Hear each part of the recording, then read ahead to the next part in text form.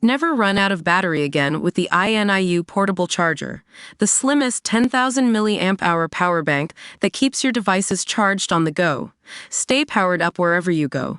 Click the link in the video description to shop now on Amazon. I was told COVID origins probe will lead us to gates of hell. Watergate was nothing compared to shock lab leak cover-up. The probe into the origins of COVID was the biggest intelligence failure since Pearl Harbor, and the cover-up was bigger than Watergate, a federal investigator has said. David Asher, who was working in the Trump administration as COVID exploded across the world in 2020, was told any investigation would lead us to the gates of hell. Speaking to The Sun for our new documentary, The COVID Files. Inside the Wuhan lab leak scandal, Mr. Asher compared the outbreak to the Watergate scandal, which took down President Richard Nixon in the 1970s. The bioweapons investigator said, Watergate was nothing compared to this. Mr. Asher accused U.S. scientists of helping orchestrate an outrageous cover-up and whitewashing the lab theory. This is the Chernobyl of biology, he added. Like many others, Mr. Asher has called for a 9/11-style commission to find the truth, and claims the classified intelligence on the COVID origins would make your head explode. 5 years after the UK was first plunged into lockdown, the world still has no answers about where the virus that killed more than 7 million people came from. The CIA, FBI, and the US Department of Energy have all backed a lab leak as the most likely explanation, with many pointing the finger at the Wuhan Institute of Virology. China's Wuhan lab has been at the center of the lab leak theory since COVID emerged just miles from the facility, which was famous for its research on bat coronaviruses. Many believe COVID leaked from the US-funded lab during risky virus tests. Despite years of searching, a natural origin has never been found. In the US State Department, Mr. Asher said he was repeatedly told by sources in China that COVID did not appear natural right from the start. He told us, "I'm not a whistleblower, I can only talk about what I saw, and what I saw was patently outrageous." The cables indicated there was this huge influenza surge. This starts spreading quite rapidly, a clear indication, whether you are a spook or not, that something was wrong with this influenza-like illness that was not influenza. As soon as I saw the cables on that from our embassy, I said, I think we've got to look into this. When he spoke to a top biologist in U.S. national security, Mr. Asher was told that China was in meltdown. It didn't take a rocket scientist to see this thing was supernatural, he said. Mr. Asher described the virus as Frankenstein's monster, thanks to its telltale signs of genetic manipulation. Scientists have repeatedly said that COVID was exquisitely matched, completely pre-adapted, and supercharged for humans. From day one, bioweapons boffins in the State Department probed whether COVID had been engineered in a lab in Wuhan information that was kept from the public. Weeks before the pandemic was declared, China shut down scientists' analysis and testing of COVID samples for violating national security, Mr. Asher claimed.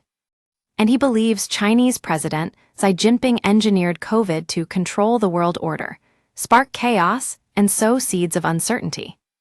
Mr. Asher points out that China had already stated it was looking at creating biological weapons at a world conference in 2011. One person's conspiracy is another person's strategy. He said, at the time when I talked to people who were there, they were like, it was shocking. It was almost like China was dropping the death card, like apocalypse now. If you mess with us, this is what could happen to you.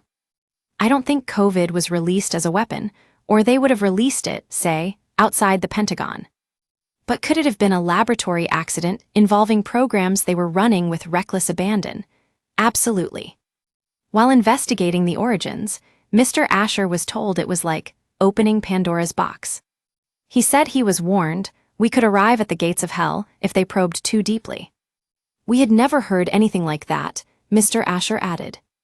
Like Mr. Asher, arms control official Thomas Dynano was warned not to open a can of worms by probing the origins of COVID. Exclusive by Imogen Braddock, assistant foreign editor. Arrogant scientists engineered COVID in a lab and underestimated its danger before it leaked, the former head of America's top health agency, has claimed. Dr. Robert Redfield, 73, spent his career preparing for a catastrophic pandemic and was aggressively silenced when he voiced fears COVID may have leaked from a lab in China. Speaking to The Sun for our documentary, The COVID Files. Inside the Wuhan lab leak scandal, Dr. Redfield lifted the lid on the early days of the pandemic in 2020 that killed millions. The ex-chief of the Centers for Disease Control and Prevention revealed how he was in the White House with Donald Trump when he called China's President Xi Jinping. From his home in Maryland, the top virologist told how Don demanded that Xi allow the U.S. to send a team to China to probe the origins of the mystery bug sweeping the country. Dr. Redfield told us, "I went to ask President Trump if he would call the president of China, which he did. I was there in the Oval Office. But we never got an answer on any of our requests." He believes his counterpart in China felt limited in what he could say about the pandemic.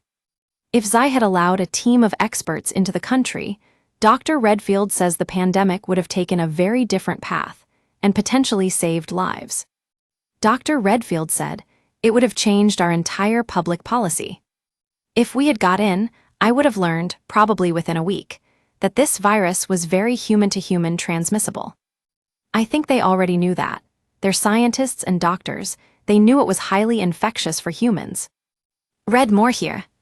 His job in the State Department was to pore through intelligence on China's biological weapons programs every day. And he said all classified intelligence points to a lab leak. But U.S. government officials were uncomfortable with the level of questioning over the origins of COVID, he claimed.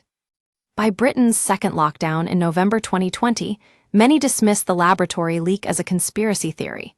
But in America and China, the idea was fast gaining pace. Even a group of scientists who produced a paper, known as Proximal Origins, had their suspicions. Their hugely influential research rejected the idea of a lab accident. But behind closed doors, one of the authors, Christian Anderson, said it was so friggin' likely. Could it have been a laboratory accident involving programs they were running with reckless abandon? Absolutely. Emails obtained by investigative journalist Emily Kopp show that another author, Eddie Holmes, said COVID seemed to have been pre-adapted for human spread since the get-go. In the years since the publication of Proximal Origins, thousands of people, including scientists, have signed a petition calling for it to be retracted. The paper has been described as an attempt to cover up the lab leak theory, forming part of a wider campaign designed to shame anybody who questioned the so-called scientific consensus. Thousands of documents and emails, uncovered by U.S. Right to Know, appear to reveal a carefully crafted plan by top scientists to ignore the possibility COVID may have leaked from a lab in Wuhan. Lord Matt Ridley, co-author of Viral, which investigates the origins of COVID, described the situation as extraordinary. And Mr. Asher, who has led major U.S. State Department investigations, concluded, "One person's conspiracy is another person's strategy."